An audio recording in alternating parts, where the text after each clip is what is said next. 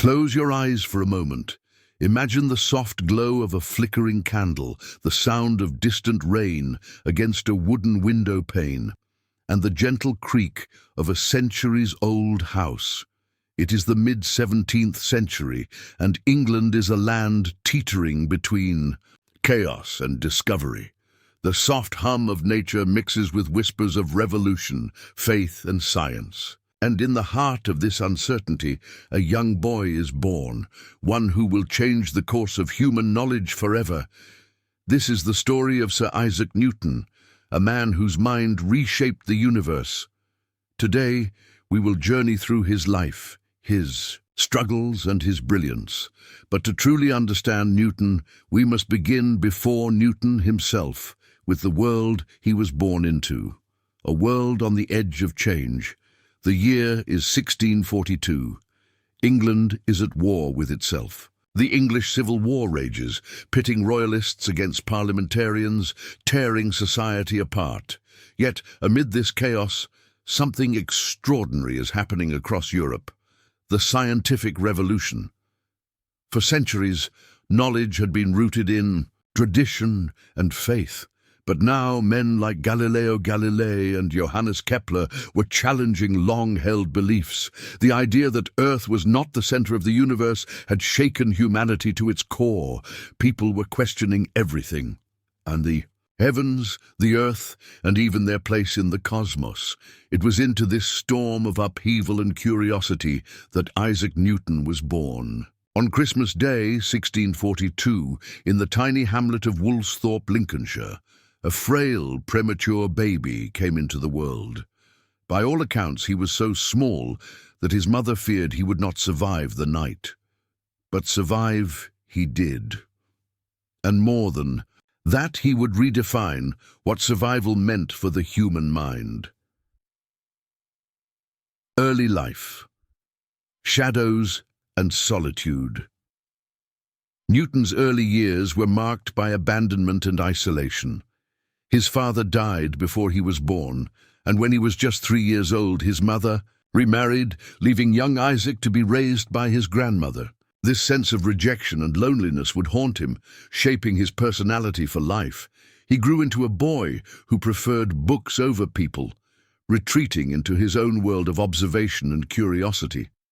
At school, he was quiet, awkward, and often bullied. Yet even then, signs of brilliance glimmered beneath the surface. He loved building contraptions, sundials, kites, windmills, and scribbled endless notes about the natural world around him. It was this restless hunger for understanding that set Newton apart. While other children played, he watched the sky, the shadows, and the wind. Every detail fascinated him, and every unanswered question burned inside his mind like fire. Cambridge and the seeds of genius.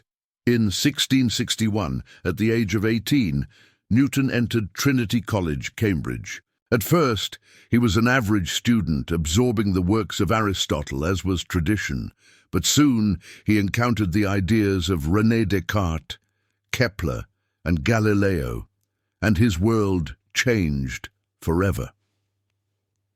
Newton began filling his private notebooks with thoughts and theories, challenging what he read. Among these were his earliest musings on motion, light, mathematics, and the nature of the universe.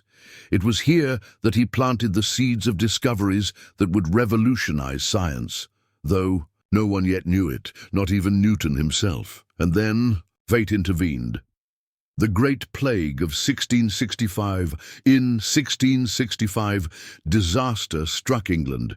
The Great Plague swept through London and beyond, killing tens of thousands and forcing the closure of universities, including Cambridge.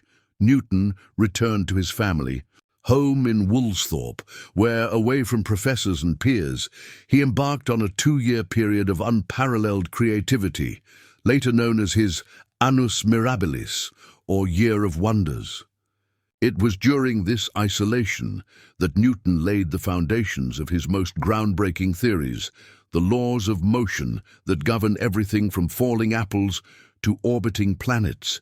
the concept of universal gravitation, revealing that the same force controlling an apple's fall keeps the moon in orbit, and his early experiments with light and optics, leading to the understanding that white light contains all colors. Legend says that one day, while sitting under an apple tree, Newton watched an apple fall, and that simple act inspired his theory of gravity. While historians debate the exact truth, the story symbolizes Newton's gift for seeing the extraordinary in the ordinary. The birth of a scientific titan.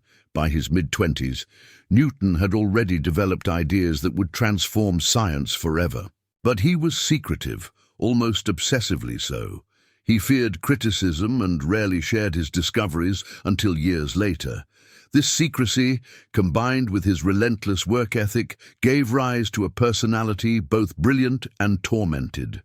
Newton was known to go days without sleep, lost in thought, scribbling formulas and diagrams through the night by candlelight. To him, every unanswered question was a personal challenge, and he would stop at nothing to solve it. As we leave this first chapter, Newton is on the brink of global fame, though he doesn't yet know it.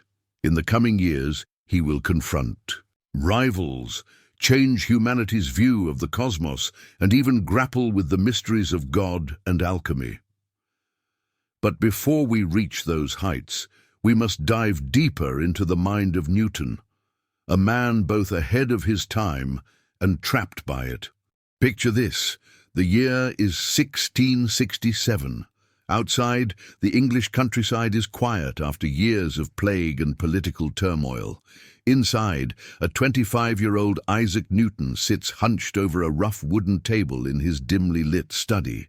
The candlelight flickers. As he scratches equations onto scraps of paper, his ink-stained hands moving with relentless precision. Unknown to him, the work he is doing will forever change humanity's understanding of the universe.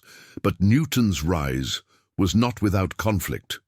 For in the world of science, where great ideas collide, rivalries are inevitable. And Newton was about to face some of the fiercest battles of his life. Newton returns to Cambridge in 1667. Newton returned to Cambridge University as a Fellow of Trinity College, and within 2 years he was appointed Lucasian Professor of Mathematics, one of the most prestigious academic positions in England. This period marked the beginning of Newton's deep dives into mathematics, optics, and celestial mechanics. He explored how light bends, splits, and refracts, conducting dangerous experiments that involved staring into the sun and poking needles into his own eye to understand human vision. Pain was never a deterrent. Discovery was everything. In 1672, Newton sent his findings on light and colours to the Royal Society of London, where his reputation as a rising star in science began. But this fame also brought jealousy and scrutiny, setting the stage for a bitter rivalry with one of the Society's most vocal members, Robert Hooke. Newton versus Hooke, the clash of titans. Robert Hooke was already well known for his contributions to physics, particularly his studies on elasticity and microscopic life. But Hooke had a temper, and he did not like being challenged. When Newton proposed that white light was made up of multiple colors, Hooke dismissed it, insisting on his own theories. This wasn't just a disagreement over science. It became personal. Letters between the two grew increasingly hostile, and Newton, who hated public confrontation, began withdrawing from scientific debates. For nearly a decade, Newton retreated into silence. But he did not stop working. In the solitude of his study, he refined ideas that would become the cornerstone of modern physics. The call from Edmund Halley in 1684, a new figure entered Newton's life. Edmund Halley, an astronomer fascinated by the motion of planets. Halley approached Newton with a simple but profound question. What kind of curve would a planet follow if it were held in orbit by an inverse square force of attraction toward the sun?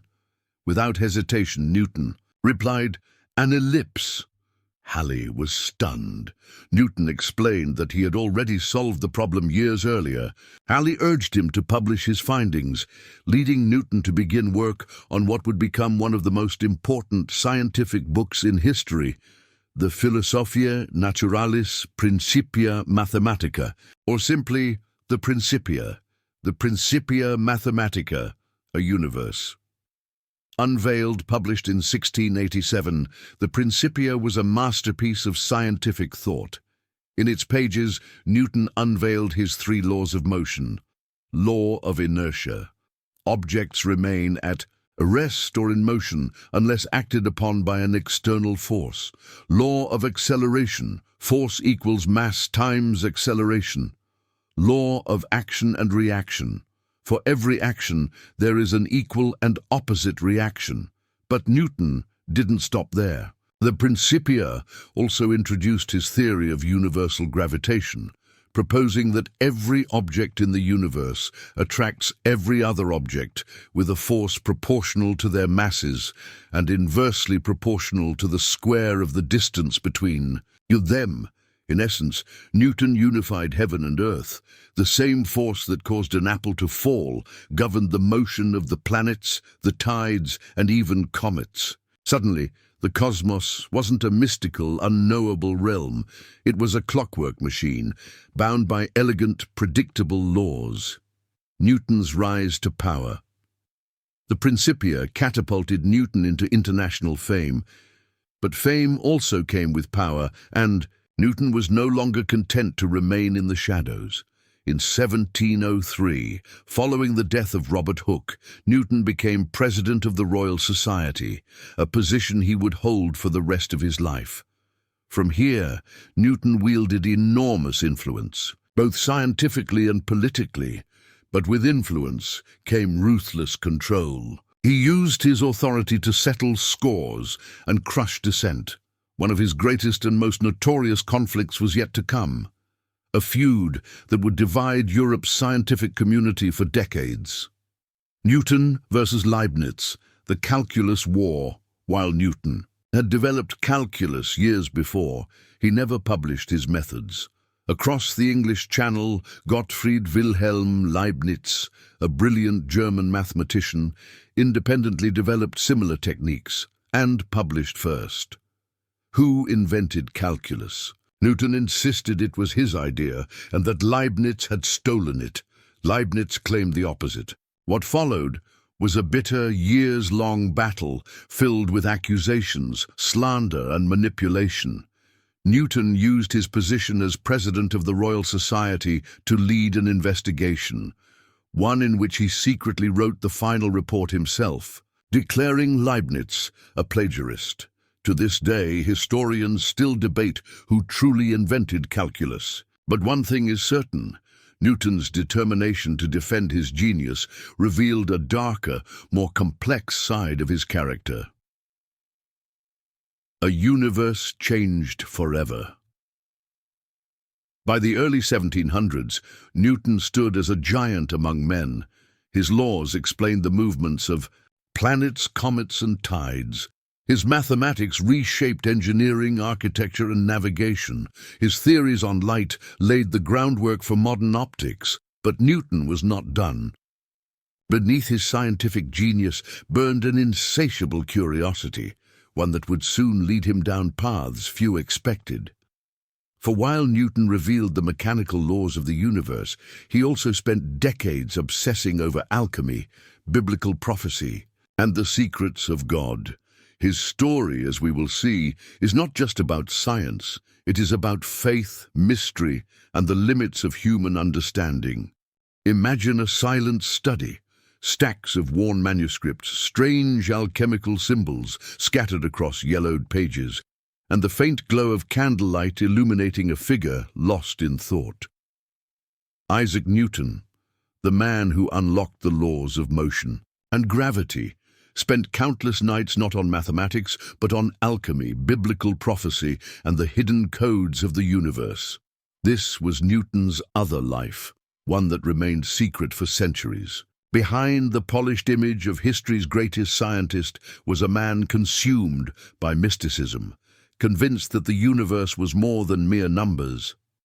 The alchemist scientist Newton's peers knew him as the architect of modern physics, but few realized the depth of his obsession with alchemy, the ancient practice of transforming base metals into gold and uncovering the philosopher's stone, a legendary substance said to grant eternal life. Between 1669 and 1696, Newton filled over 1 million words in private notebooks on alchemical experiments. He meticulously recorded recipes, analyzed ancient texts, and attempted to replicate secret formulas. To Newton, alchemy wasn't just superstition. He believed it held cosmic truths, keys to understanding the divine forces behind matter itself. In his view, nature hid her secrets deliberately, revealing them only to those worthy enough to decipher her codes. "Nature is pleased with simplicity," Newton once wrote, "and nature is no dummy." In other words, he believed the material and spiritual worlds were woven together, and unlocking one meant unlocking the other. The hidden manuscripts for centuries, Newton's alchemical writings were suppressed. Historians wanted to protect his image as the rational father of science, not tarnish it with pursuits they considered occult.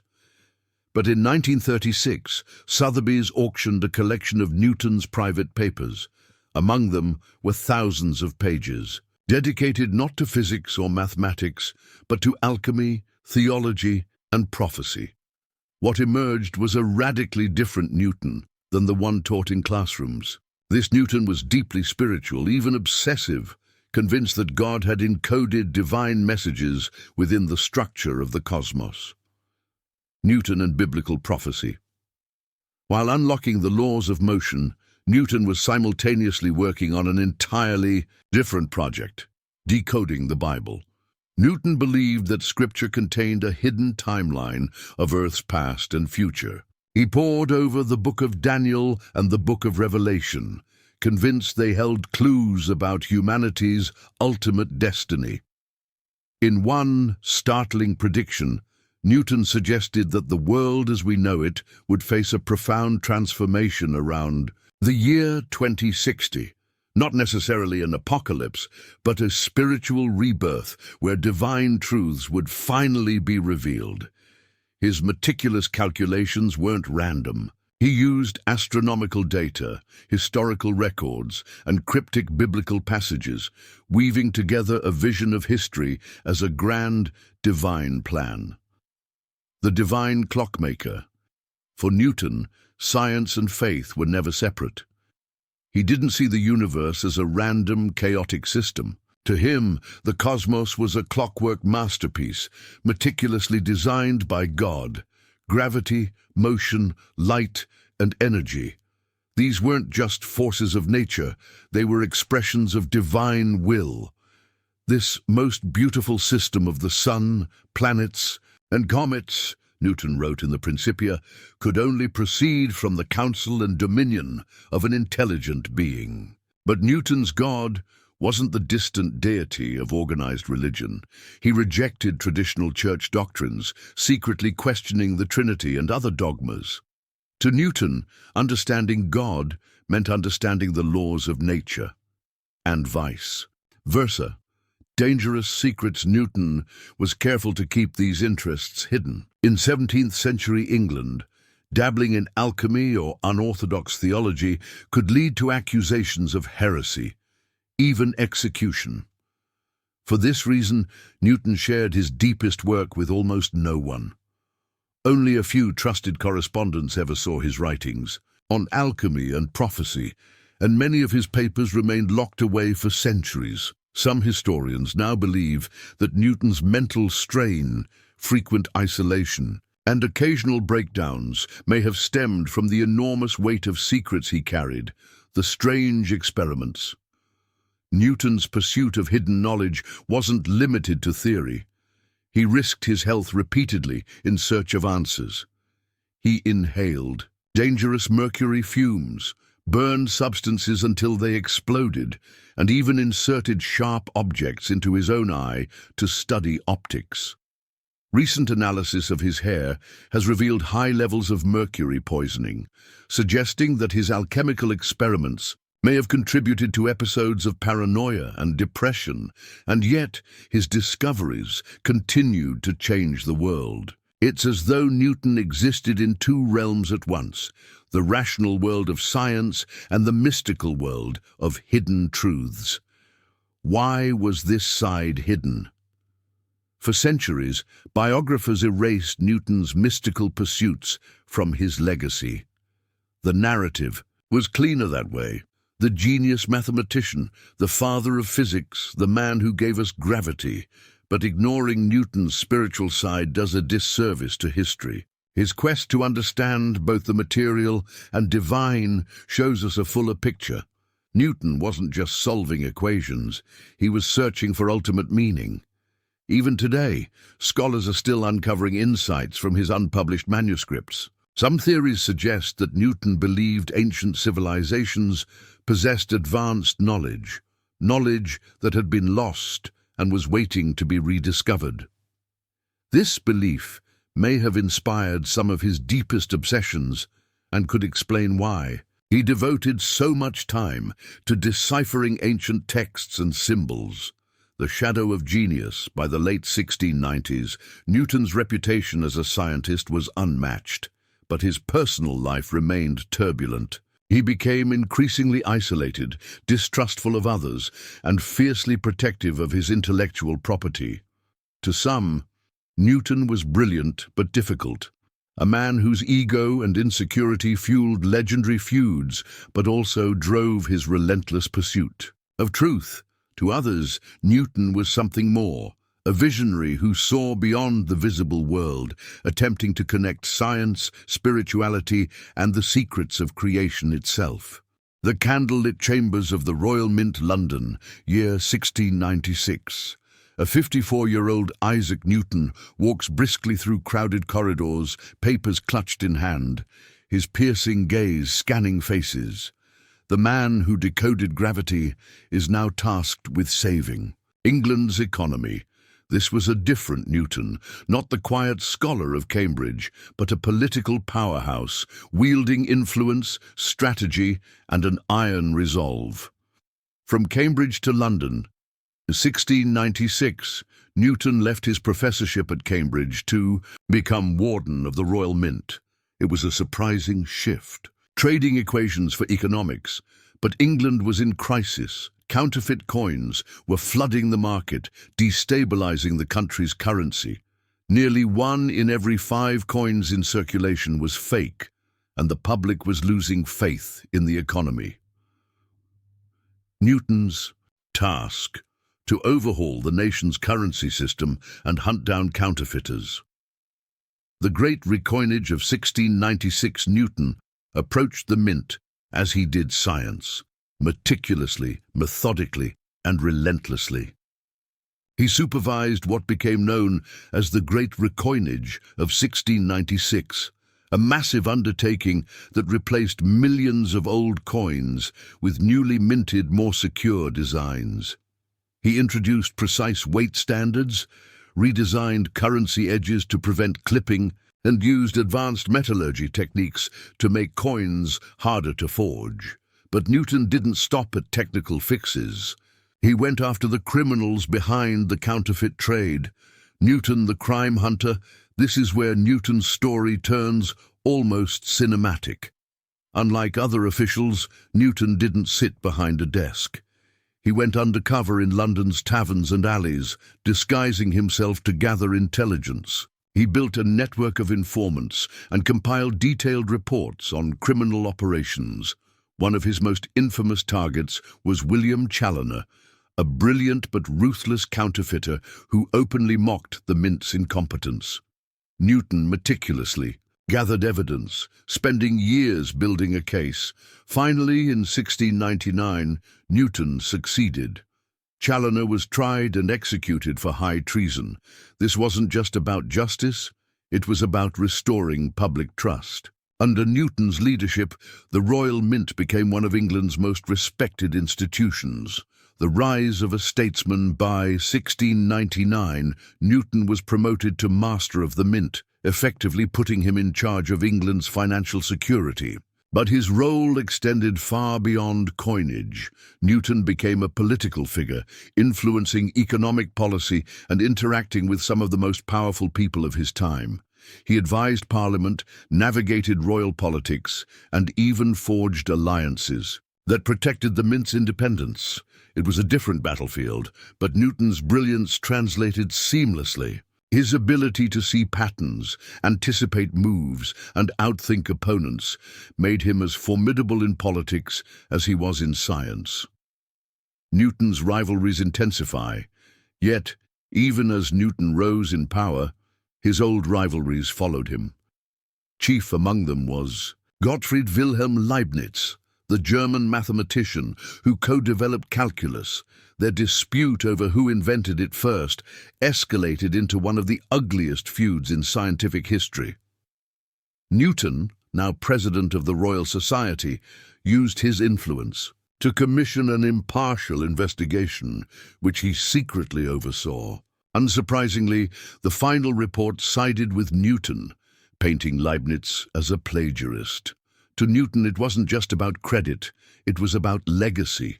He knew history would remember only one name, and he was determined it would be his. The weight of responsibility with his growing political power came enormous stress. Newton, now juggling roles as scientist, statesman, and administrator, began to show signs of strain. Letters from the period describe him as paranoid, secretive, and at times erratic. He withdrew from friends, maintained obsessive control over information, and rarely allowed anyone close. And yet, even under this pressure, he continued his scientific inquiries, publishing influential papers on optics and refining his theories. On gravity, Newton's life had become a paradox. A man of reason consumed by emotion, a political strategist still chasing spiritual mysteries, a scientific giant haunted by human frailty. The Newton of two worlds. By the dawn of the 18th century, Newton embodied two personas: the public Newton, Master of the Mint, President of the Royal Society, revered national figure; the private Newton, seeker of hidden knowledge, still immersed in alchemy, prophecy, and ancient secrets. To understand Newton fully, we must hold these two images side by side. He wasn't just the man of gravity and calculus. He was a visionary, trying to unify the material and divine, science and spirituality, reason and revelation. Close your eyes for a moment. Imagine London in the early 18th century. Horse-drawn carriages rumble over cobblestone streets, fog curls between gas lamps, and inside an elegant Georgian house on St. Martin's Street, a solitary figure sits. By candlelight, Sir Isaac Newton, by now a global icon, has grown old. His long silver hair frames a lined face, his eyes still bright but heavy with secrets. This is the final chapter of Newton's extraordinary life. But it's also where his greatest mysteries lie. The rise of Britain's intellectual patriarch. By the early 1700s, Newton was no longer just a scientist. He had become the face of Britain's intellectual dominance. He served as president of the Royal Society from 1703 until his death in 1727, shaping the direction of scientific research across Europe. His authority was absolute.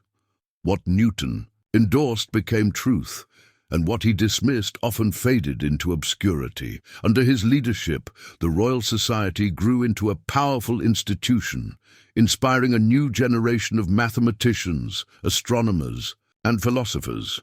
Yet behind his dignified public persona, Newton was still deeply entangled in rivalries and old grudges. The Leibniz feud reaches its climax. Newton's dispute with Gottfried Wilhelm Leibniz over the invention of calculus intensified. In the 1710s, what began as a scholarly disagreement escalated into an international scandal. Newton, Wielding his power as president of the Royal Society, orchestrated investigations, wrote anonymous critiques, and ensured that his version of events dominated public opinion. Leibniz died in 1716, embittered and overshadowed, while Newton's name endured as the undisputed father of calculus. It was a victory, but it came at a cost. Newton's obsession with control over his scientific legacy reveals a man still haunted by insecurity, despite his towering achievements. Newton and the mysteries of the cosmos. Here's where Newton's story takes a surprising turn. Even as the world celebrated him as a rationalist, Newton spent decades secretly studying alchemy, biblical prophecy, and hidden codes in scripture. Among his private papers, discovered centuries later, historians found alchemical experiments searching for the philosopher's stone, the mythical substance believed to grant immortality and turn metals into gold. Detailed timelines predicting the end of the world based on biblical analysis. Obsessive studies of Solomon's temple and ancient civilizations, which Newton believed held divine secrets of creation. This is the Newton history books rarely show. A man driven not just by reason, but by a profound spiritual quest. The Knighted. Scientist in 1705, Newton was knighted by Queen Anne, becoming Sir Isaac Newton. But his knighthood wasn't purely about science. It was also tied to his political influence at the Royal Mint and within Parliament. By this time, Newton was wealthy, respected, and untouchable. Yet he remained a private, guarded figure, rarely sharing his thoughts beyond close circles. Those who visited him in his later years described a man who, despite his fame, often appeared lonely, surrounded by papers, calculations, and coded manuscripts. The final days, on March 20th, 1727, Newton passed away at the age of 84, a remarkable lifespan for his era, considering the average life expectancy was less than 40 years. He died in his sleep in his London home after experiencing severe abdominal pain likely caused by kidney stones, ironically worsened by his own experiments with mercury. Newton was buried with full honours in Westminster Abbey, a resting place reserved for Britain's most revered figures. His funeral drew nobility, scholars and clergy alike, a testament to his unparalleled influence. The legacy that shaped the world centuries later, Newton's name still stands as a pillar of science. His contributions to mathematics, optics, and physics reshaped human understanding of the universe. His laws of motion form the foundation of modern mechanics. His theory of gravity laid the groundwork for space exploration. His role at the Royal Mint revolutionized global finance. Albert Einstein once said, "Newton, forgive me. If I have seen further, it is by standing on your shoulders." And yet, Newton's life reminds us that genius is never simple. He was a man of contradictions, a champion of reason who chased mystical secrets, a scientific visionary consumed by personal rivalries, a lonely scholar who transformed the fate of nations. The hidden Newton, perhaps the greatest twist in Newton's story, is that we still don't fully understand him. Was he history's greatest scientist? Absolutely, but he was also a man who believed the cosmos held secrets beyond science, secrets waiting to be uncovered by those who dared to look deeper. Even today, researchers continue to sift through his thousands of unpublished papers, seeking clues to a mind that seemed to exist half in the physical world and half in the divine. Closing narration as the camera pans slowly across Newton's tomb in Westminster Abbey. Imagine the narrator's voice. He explained the motion of planets, yet sought the mind of God. He gave us the language of calculus, yet searched for eternal life. Isaac Newton didn't just change science. He changed what it means to seek truth itself. The year is 1727. The grand bells of Westminster Abbey toll softly as the sun dips beneath the horizon. Candles flicker, shadows dance across ancient stone walls, and the echoes of solemn footsteps fill the air. Inside lies Sir Isaac Newton, the man who bent the universe to his will, and yet spent his life searching for the divine code behind creation. But this isn't just the end of Newton's story. It's the beginning of humanity's eternal quest for knowledge. Newton's secrets that survived him for centuries after his death. Newton was celebrated as the father of modern science. But few knew that hidden away in private collections were over 10 million words of unpublished manuscripts, a treasure trove of secrets, obsessions, and forbidden experiments. Among them were alchemy recipes he believed could unlock immortality, coded notes attempting to reveal the exact date of the apocalypse, studies on ancient civilizations like Babylon, Egypt, and Israel, where he sought clues to divine mathematics. Even today, modern scholars admit we've only scratched the surface of Newton's hidden genius. Could it be that the man whose the laws of motion was also on the verge of unlocking secrets we still cannot comprehend? The bridge between science and the divine. Newton didn't see a conflict between science and faith. He believed they were two halves of the same truth. Where others saw falling apples, Newton saw the fingerprints of God. Where others charted stars, Newton imagined the architecture of creation itself. His writings blur the lines between mathematics and mysticism, suggesting a mind that never stopped searching, not just for how the universe worked, but why. And perhaps this is why his name endures, because Newton wasn't content with simply observing the world. He wanted to understand its soul. Newton's legacy in the modern age fast forward to today, from the rockets that pierce Earth's atmosphere to the satellites orbiting above us, from GPS systems to deep space telescopes, Newton's equations form the mathematical backbone of our modern world. And yet the irony is staggering. While his formulas describe how planets move, they never explain why they exist at all. That deeper question, the one Newton pursued in secret, still haunts science today. The final words as the documentary draws to a close, the narration slows, the visuals soften, and the music swells. Isaac Newton lived as a mortal, but his ideas made him immortal. He revealed the mechanics of the heavens, yet never stopped searching for the hand that set them in motion. And maybe, just maybe, within his lost papers lies a secret humanity is not yet ready to understand.